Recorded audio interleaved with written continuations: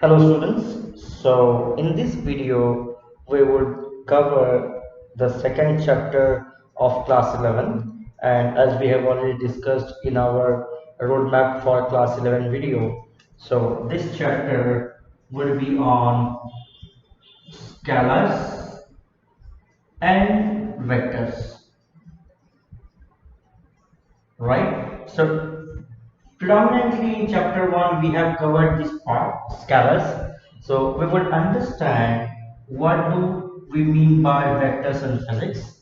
Obviously when you go into your mathematics also you would be studying about vectors. So where there will be an exhaustive study on that. Here we would be concentrating on the properties of vectors from which are important from a physics perspective. Okay, and let us go to the learning objectives or learning outcome statement for this chapter. So the learning outcome statement of this chapter would be: first one, you students should be able to differentiate a vector from a scalar quantity by knowing its properties, right? Second thing would be you would be able to understand the components of a vector, okay, components of vectors, or you can say vector origination of vectors into its vector components, right? So that would be the second learning outcome statement. And third one would be we will discuss in detail about the vector algebra, which means vector addition, okay, vector subtraction, okay, and when it comes to multiplication, there are two kind of vector products. One is called dot product and one is called cross product. We would go through these two, and that is nothing called subtraction by vector. So sorry, division by vector. So that is out of scope. So we will be going through all this, right? And obviously we will do some practice problems. We will also discuss couple of concepts. So that is how we will take it up this class. Okay, fair enough. So let's get started, students.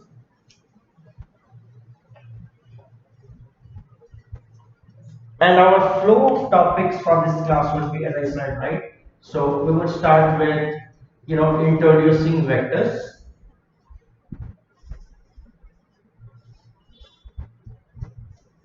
Okay. And then we would see some very important salient features of a vector quantity. Okay. Then we will have a section called traced with different types of vectors. Okay, so this is more from understanding the terminologies which you would hear around vectors in this chapter and throughout your physics study. So that is why we want to have you guys understand those terms and for vectors. We would be discussing about your triangle law of vector addition. We discussed about the parallelogram law of vector addition and the polygon law of vector addition. Okay, then we would talk about your vector subtraction. Okay, we would also understand vector component resolution.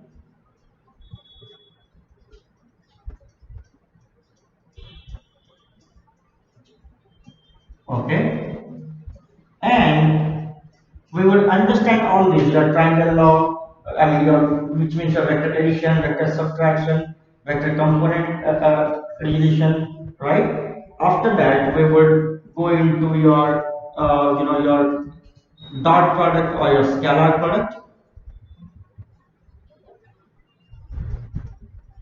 Finally, we will move on to your your vector product or your cross products, right? And this will be the flow of topics for this chapter. Okay, now let's get started.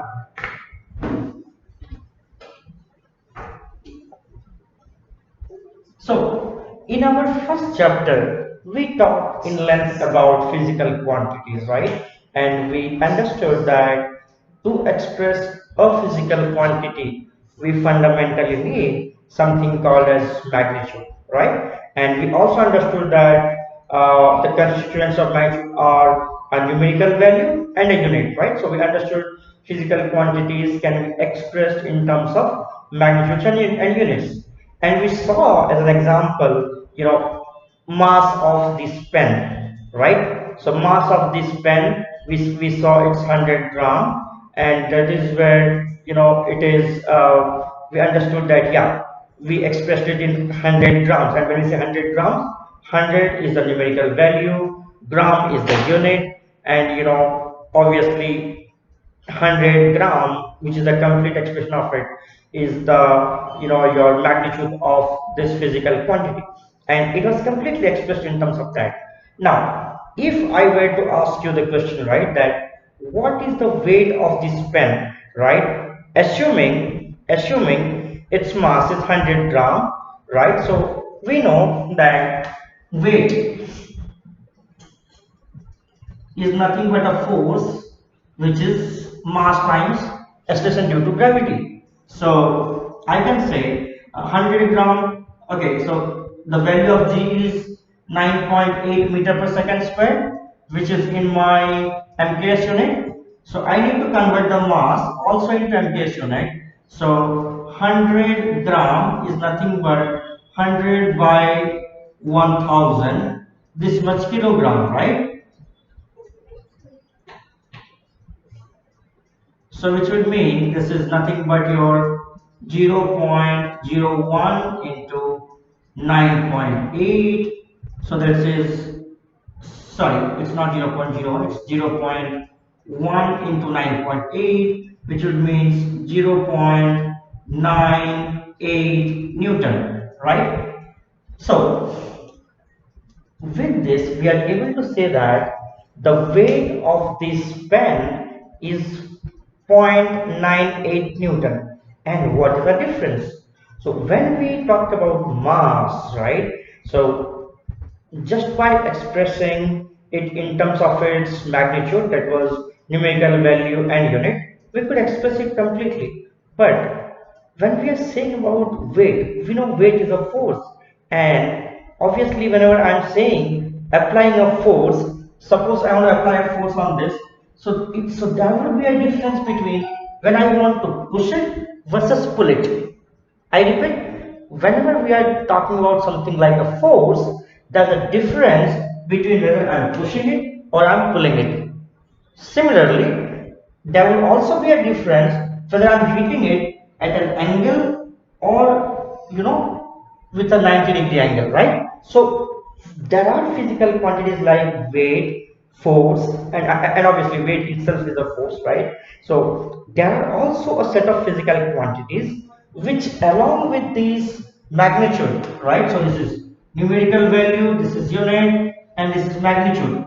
Along with this magnitude, we also need to indicate its direction, right? Because we know, for example, gravitational force is always downwards, right? So gravitational force is always downwards.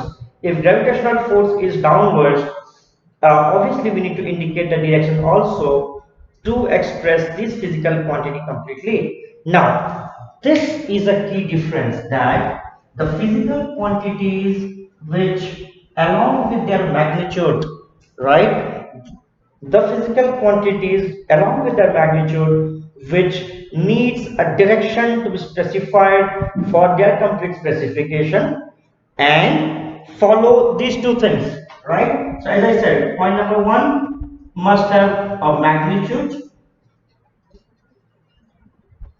plus direction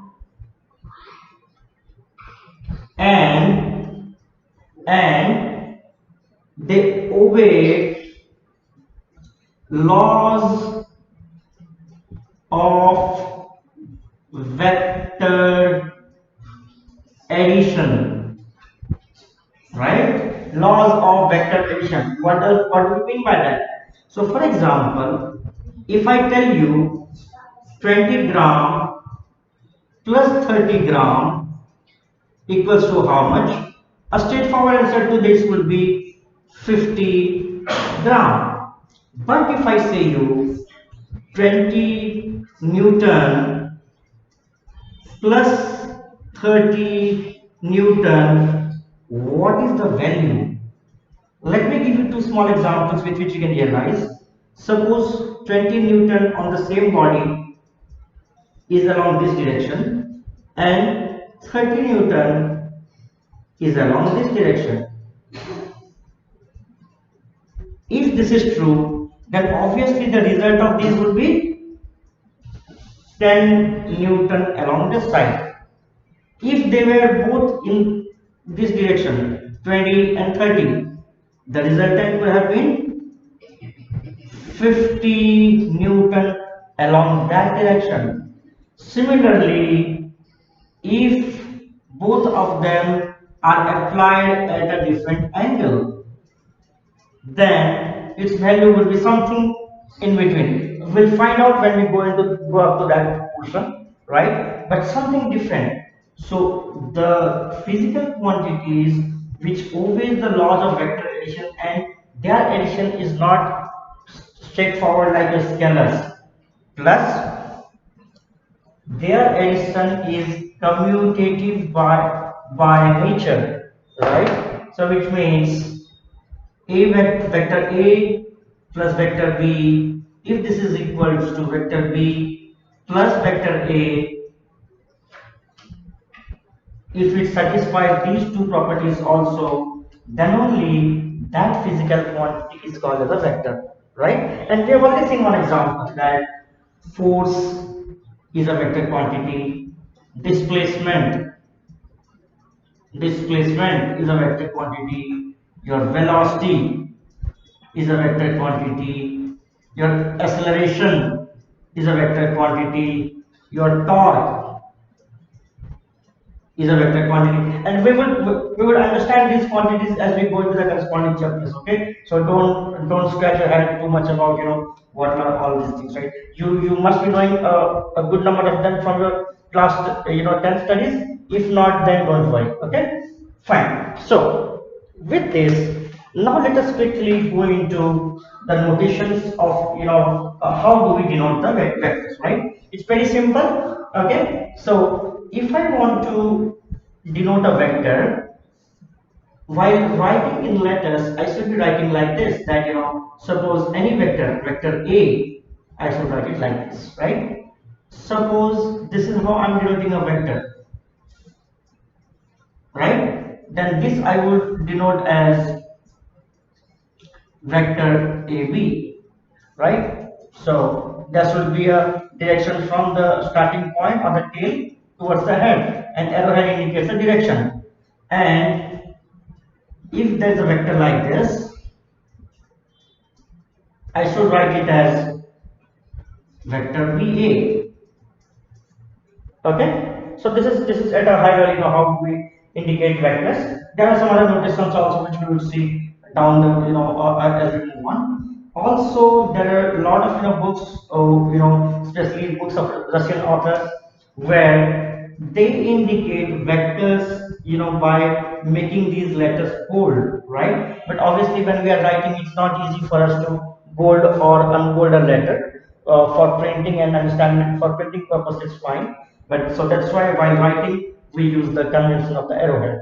Okay, and if you are denoting a vector with its magnitude and direction drawn on a paper, we should ensure that the length of the vector is indicative of scale. So which means if this is 20 Newton, right, this cannot be 40 Newton. So length of this line should be around 2 times of this line. So that's how we should be denoting if we are denoting by drawing it on a paper. Okay. So that is to start with. Let's now move into some salient features of vector quantities. Okay. Okay, or even before that, right? So let us understand a few terminologies or different type of vectors which you would be hearing in the due course of your studies on vectors, right? So we will start. So let us get traced with your terms.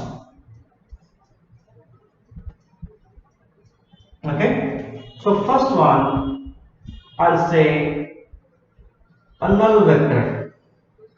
Okay, so a null vector is a vector with zero magnitude and arbitrary direction. So obviously when you are saying zero magnitude, it's like a dot. So you can say a dot is an arbitrary direction. So the importance of null vector is just like your phi set in mathematics, right? So if two vectors are equal, if you are subtracting a particular vector from that vector itself, the resultant is called out as a null vector. Okay, fine. Let's move on to the next one and let's talk about unit vector. Okay, unit vectors. Unit vector, again, as the name indicates, magnitude of it would be 1 unit, right? So for example, if we are saying 1 Newton, or maybe 1 meter per second square of velocity or whatsoever, or so those would be called as unit vector. So unit vectors has got unit magnitude and direction according to whatever is the direction of the vectors, right? So, and this is how unit vectors are denoted. We normally denote it with a cap symbol. Okay, so the representation of a vector, and obviously we put a cap. Okay, so any unit vector has got magnitude of any unit vector is always 1 and direction whatever direction. Okay, so basically in physics, right, this is how we denote. So you remember your graphs, right? So you have your x-axis and your y-axis, right? So in physics, the unit vector along the x-axis, unit vector along x-axis is called x cap, and obviously that is indicated as something like this, that so it has got unit magnitude, right? Okay, and direction along the axis. So it is called fundamentally denoted as I cap here. Okay, and the unit vector along the y-axis, same magnitude, unit, that is 1, and along this would be called as a j cap. Okay, so unit vector along y-axis is called j cap, and this would have been the z-axis, right? So if I were to denote it in 3 dimensions, so unit vector along z-axis is called k cap. So you would see many a times vectors are indicated in terms of like this, that any vector, suppose v, is indicated as n1 I cap plus n2 j cap plus n3 k cap. What does it mean? That it has got this as the component along the x-axis, this as the component along the y-axis, and this as the component along z-axis.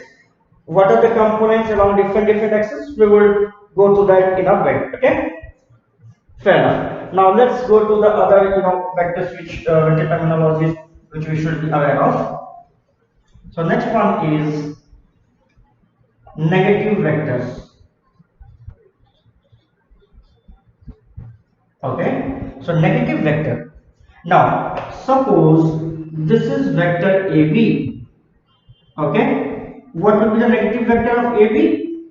Obviously it would be BA. So any vector which is same in magnitude, opposite in direction will be called as negative vector. Okay, and okay, so I can say this is AB vector is negative of BA vector.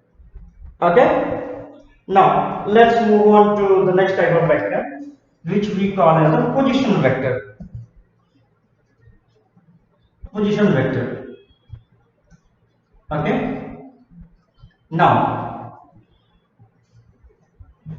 so we have already defined this as our, your x-axis, this as y-axis. For simplicity, let us, just concentrate on x and y-axis.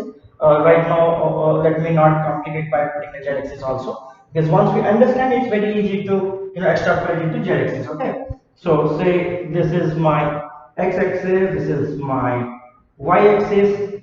If I want to indicate, right, the position of this dot in this, frame of reference, you know that when we have studied graphs, we can say that the position of this is, we draw a projection here on the x-axis and we draw a position on the y-axis, right? So whatever is is this value, right? That much, and the value this much, right? So I can say x and y. So in terms of graph, I can write x, y, right? So these will be the coordinates of this dot, right? So similarly, when we come to vectors, right, a position of a particular vector can be denoted as by drawing a vector from the origin of the frame of reference which we are talking about, to the position of a vector and direction is from the origin towards the point of, application, right? So or the position. So this is called as a position vector. Mostly a position vector is always expressed in terms of its components along x-axis and y-axis. So we can say if the origin was O and this point is P, we can say this vector as OP vector, right? OP vector, or we can say this is OP vector, or we can say X along which axis? X-axis. What is the unit vector along x-axis? We have denoted that as I cap. So we can say x I cap plus what is the component along y-axis? Y. So we can say y j cap. If we were having z axis also here, and suppose the component would have been something z along the k along the z axis, then it would have been some z k cap. Okay, so this is what at a high level about the position vectors. And now let us move forward to something called as your coaxial vector or axial vectors, rather we can say. Okay, yeah. So that is fundamentally when we are applying a right hand thumb rule, right? Or when something is rotating in a circle, the effect is always through the center or through an axis. So those kind of things or those kind of vectors are fundamentally called as your polar vector or axial vectors. Okay.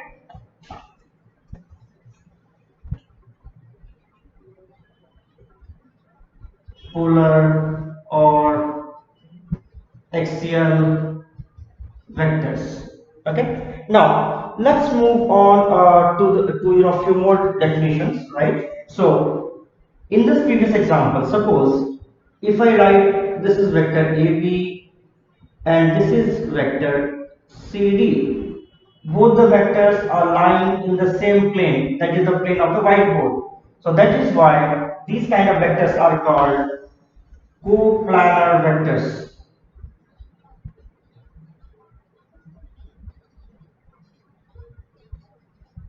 right? No rocket science, the name itself indicates that these are coplanar vectors, right? So next one, let us talk about collinear vectors, right? So say this is vector a b, and then I have a vector b c.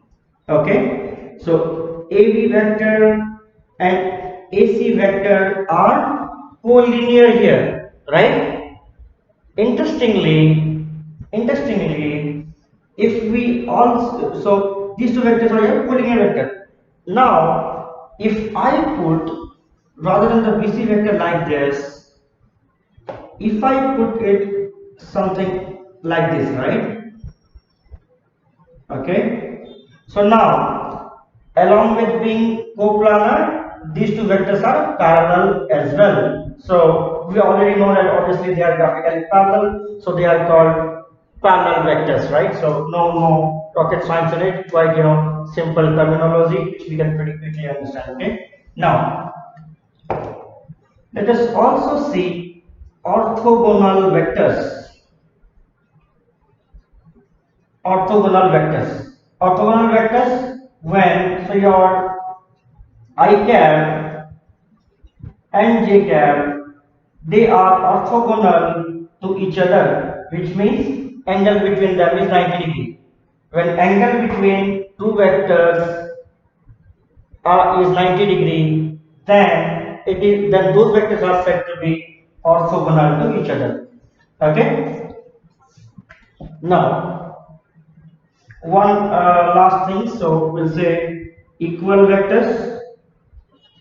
So two vectors are said to be equal when have same magnitude and same direction, because for obvious reasons. So we have been studying that vectors are expressed in terms of magnitude and direction. So for two vectors to be equal, their magnitude should be same and their direction should also be same, right? And in that situation only, those two vectors are called equal vectors, right? Now let us get into a little detail about vectors right now. Okay, and we will start it with one thing which we heard in the orthogonal vectors. Okay, so let us go in and find out what that is. Okay, so now we try to find out angle between two vectors. Okay, so in orthogonal vectors we thought that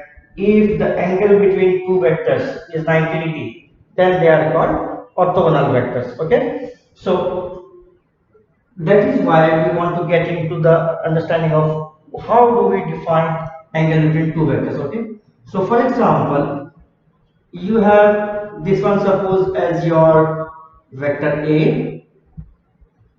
Okay, and suppose this one as vector b.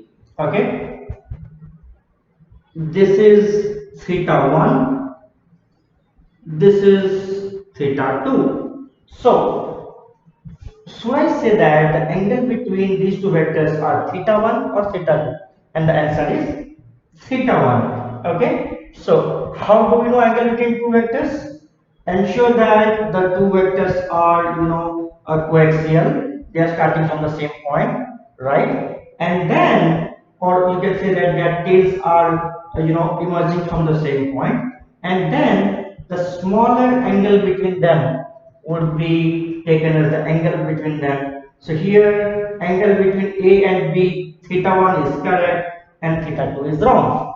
Okay, now let's go to one more small example. Okay, where I have this as my vector A and suppose this as vector B. Now how do I find the angles? Right? So as we said, a vector remains unchanged if it is translated parallel along the same plane. So which means to make them coaxial, first I need to do a parallel shift of vector v here, and then I have to bring it here, so that they can be coaxial. Okay. Once they are coaxial, the smaller angle between them would be called as the angle between those two vectors. Okay. Similarly, let's go to another example. Suppose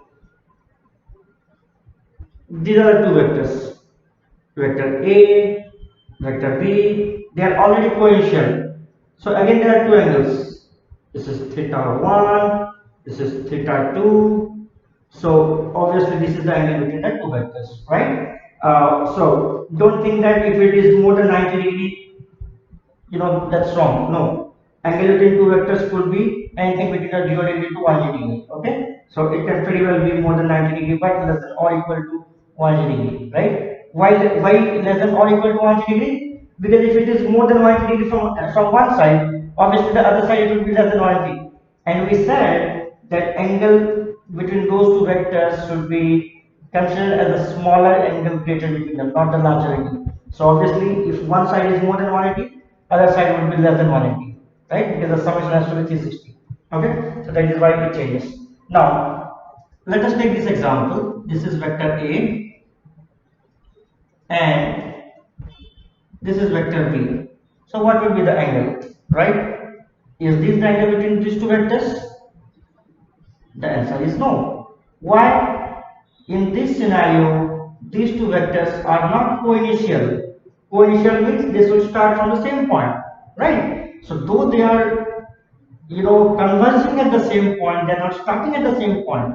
So what we need to do? Apply that same rule, which we did here, right? So displace one of the vectors in such a way that they become co-initial. So here it is very easy to displace this vector. So I'll display vector b to here. No. So I think that would not be easy. So fundamentally, what I need to do, either I need to take vector b here, okay, and then this angle would be the correct angle between these two vectors.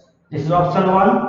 Option 2, I can drag vector a to make it coincident like this here, right? So obviously the angle will be same.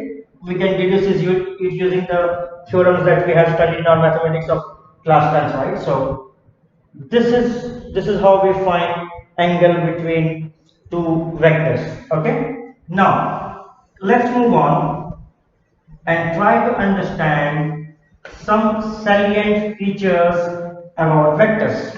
Okay.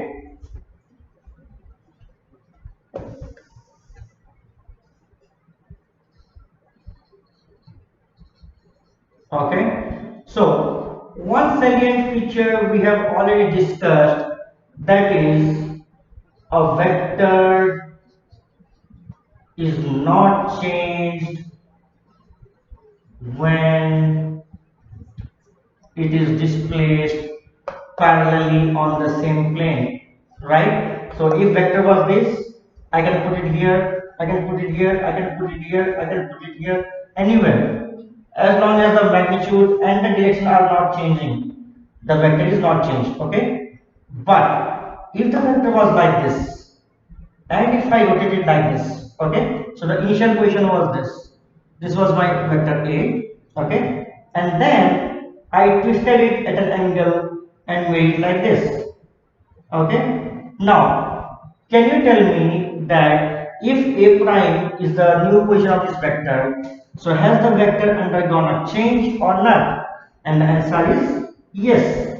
So if a vector is rotated at an angle, right, we say that the vector has undergone a change. Why? Because though the magnitude remains same, the direction is changed, right? So obviously that's why we say that a vector is changed when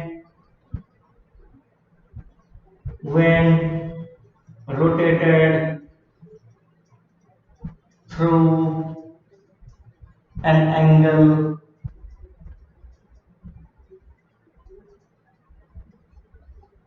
other than 2 pi. Why 2 pi?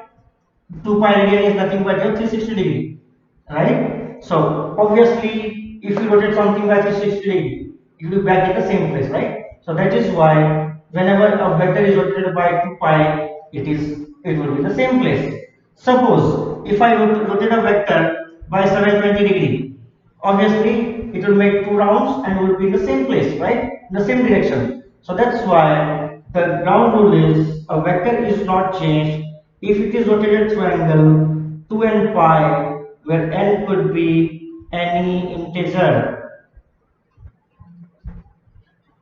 right? So yeah, I'll just pause here for a moment for you to grasp it and we'll move forward. Okay, got it?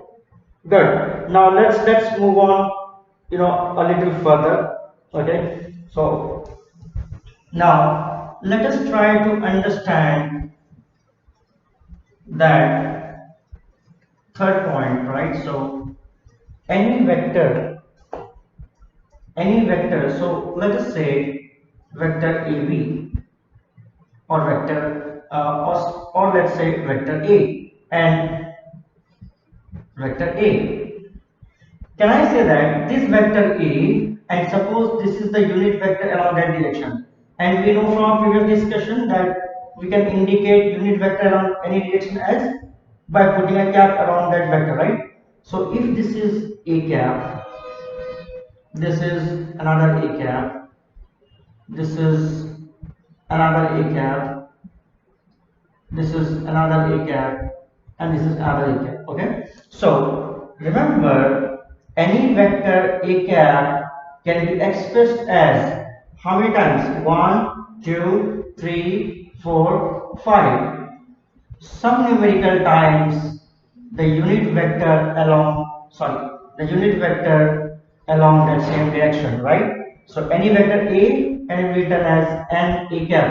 Okay, and that is why in the first part of this chapter I have said you that any vector A can be expressed in terms of, right, suppose your x I cap plus suppose y j cap, assuming that it is on a plane, it's not in a three dimension. Okay, so the same thing. So we are saying that the unit vector along x axis, that is I cap, make x times of it, unit vector along the y axis, make j times of it, y times of it, and you get vector A. So this is how any vector can be expressed in terms of your what is that, a scalar quantity or a numerical value into the unit vector. Okay, now let's move on a little further and let us see the basic laws of vector addition or basic rules of vector addition. Okay, so the first one is called triangle law of vector addition. What is it?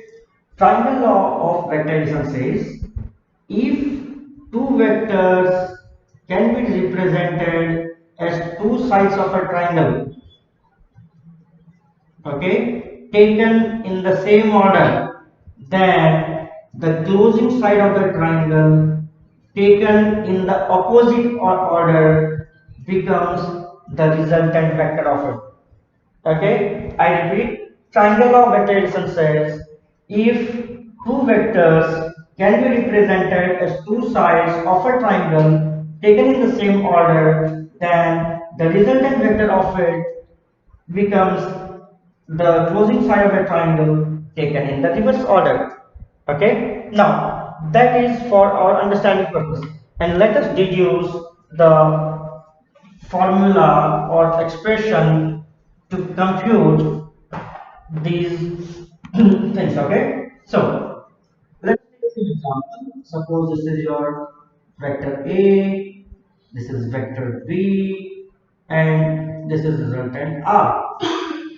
Okay, and what we are looking forward is we are looking forward to find the magnitude and direction of R. Okay, because we are saying that we need to find the value of the resultant vector. Okay, So two things we need to find out. First is find out the angle between the two vectors. This is vector A, this is vector B. Now we have seen our previous example. How should we find out the angle between these two vectors? Is this the angle between the two vectors? The answer is no, right? Because we are trying to find the angle between vectors A and T, not between A and R. So which means I should drag A parallel to somewhere here, right? Right? So that the angle between the two vectors can be found out as theta. Okay?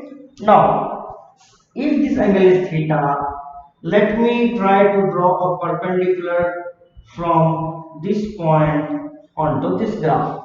Okay? And let me denote this point as, say, your P. Okay? So can I say that, okay, or for simplicity, let's put it like this.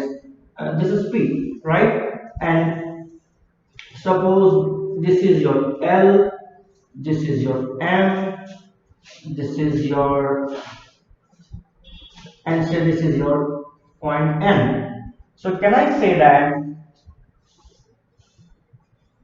this equals to this much cos theta? So MP equals to Mn cos theta, because obviously we know, from our high school trigonometry that the value of cos theta would be this by the hypotenuse, right? So obviously MP is nothing but your Mn cos theta. Okay.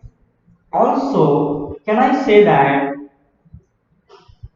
Ln, which is the hypotenuse in a right angle triangle, is nothing but your LP square plus PN square, right? So, and obviously your PN, this value is nothing but your Mn sin theta. Okay, so can I say that ln square is nothing but LP? LP, can I say LP as ln plus MP? ln plus MP whole square plus Pn square, right? So which will also mean, so ln is nothing but the magnitude of resultant vector r square is nothing but whole square of this one, right? So lm I can write as a plus mp I need to write it as mn cos theta. So mn is nothing but your vector b, right? So I can say b cos theta whole square plus Pn square. Pn is nothing but b sin theta square of this, right? So let us keep reducing it further. Okay, so I can write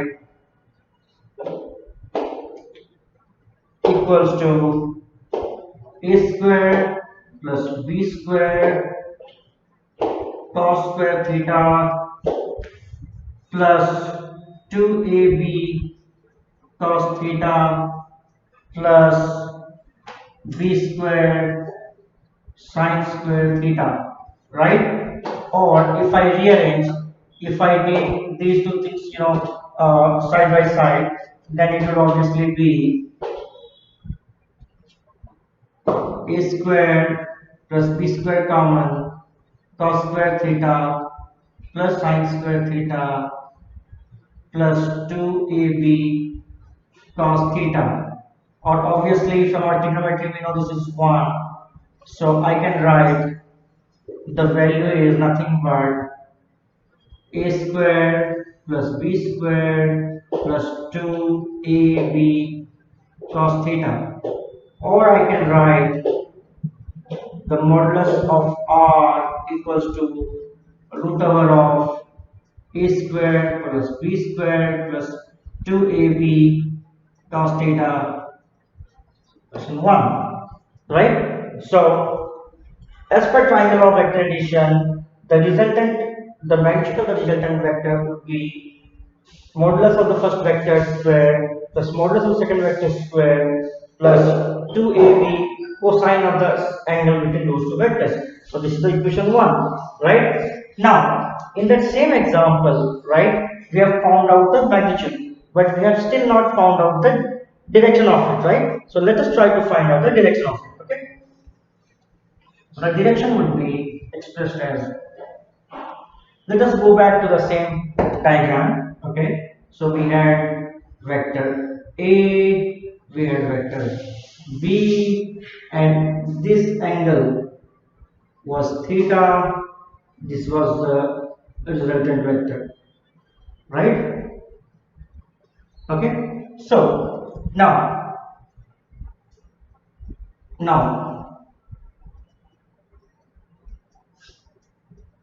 suppose this is the angle between resultant vector and any one of the vectors, right? So if this angle equals to phi, okay, then can I say that, again by drawing the same perpendicular here, let us put the same convention, say this is m, this is n, or this was p, this was n, this was n, and assume this is q, right? So can I say that 10 of phi equals to this much by this much, or I can say qn by mp, or which will also mean qn is nothing but sine theta. If this angle is theta, then obviously this component would be sine theta. So b sine theta by mp. So mp, can I write mp is nothing but, sorry, mn is nothing but mp plus pn. So mp is nothing but your a. So b sine theta by a plus, what is the value of this? If this is b and this is theta, then this must be cos theta, right? So again a plus b cos theta. Okay, so which will obviously mean your angle phi would be tan inverse b sine theta by a plus b cos theta. Okay, so which means the angle of the resultant vector with the vector with which we are considering that angle would be the tan inverse of the other vector, which is b into sine theta by the original vector a plus the cosine of the other vector. Okay, so that is a very simple direction of your triangle law of vector addition. Okay, now let us go to parallelogram law of vector addition.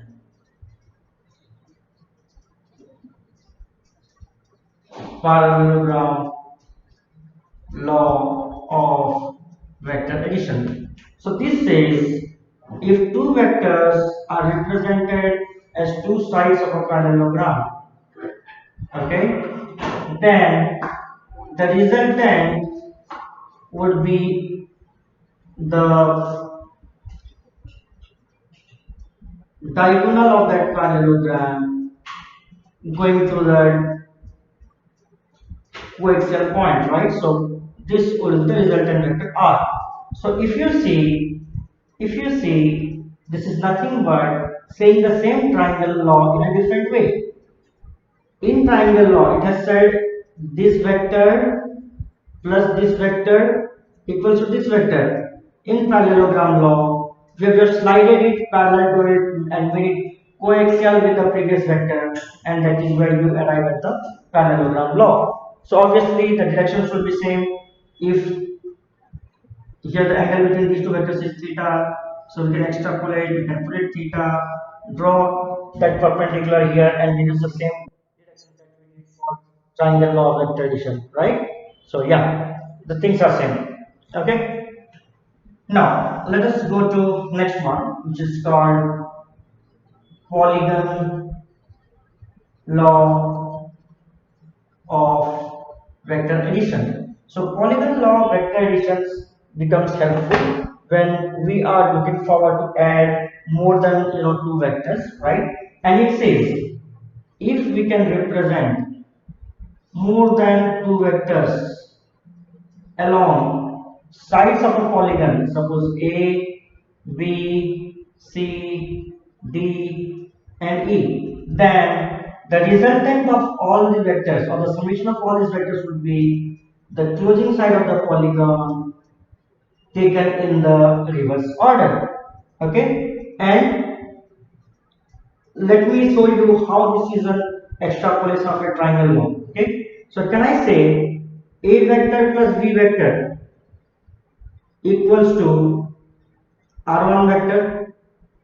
Similarly, R1 plus C vector, can I say is nothing but R2 vector? Similarly, R2 plus D vector, can I say this is nothing but this R3 vector? And similarly, R3 plus E, can I say this is nothing but the R vector? So that is why your R vector is nothing but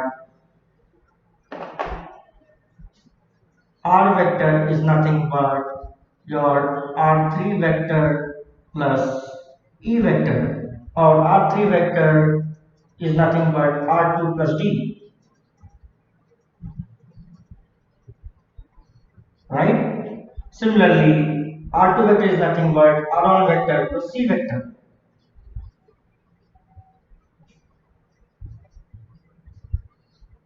right?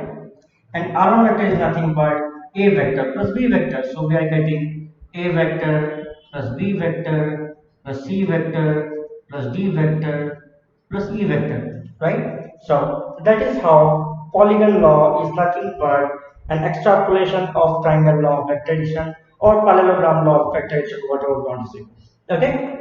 Now let's move on to the last part of vector addition. Okay. Uh, and that is nothing but your adding two vectors when they are given in terms of their your unit vectors along the three axes, okay, along your axis. Okay, so now this was your x-axis, this is your y-axis, right? Suppose, and if these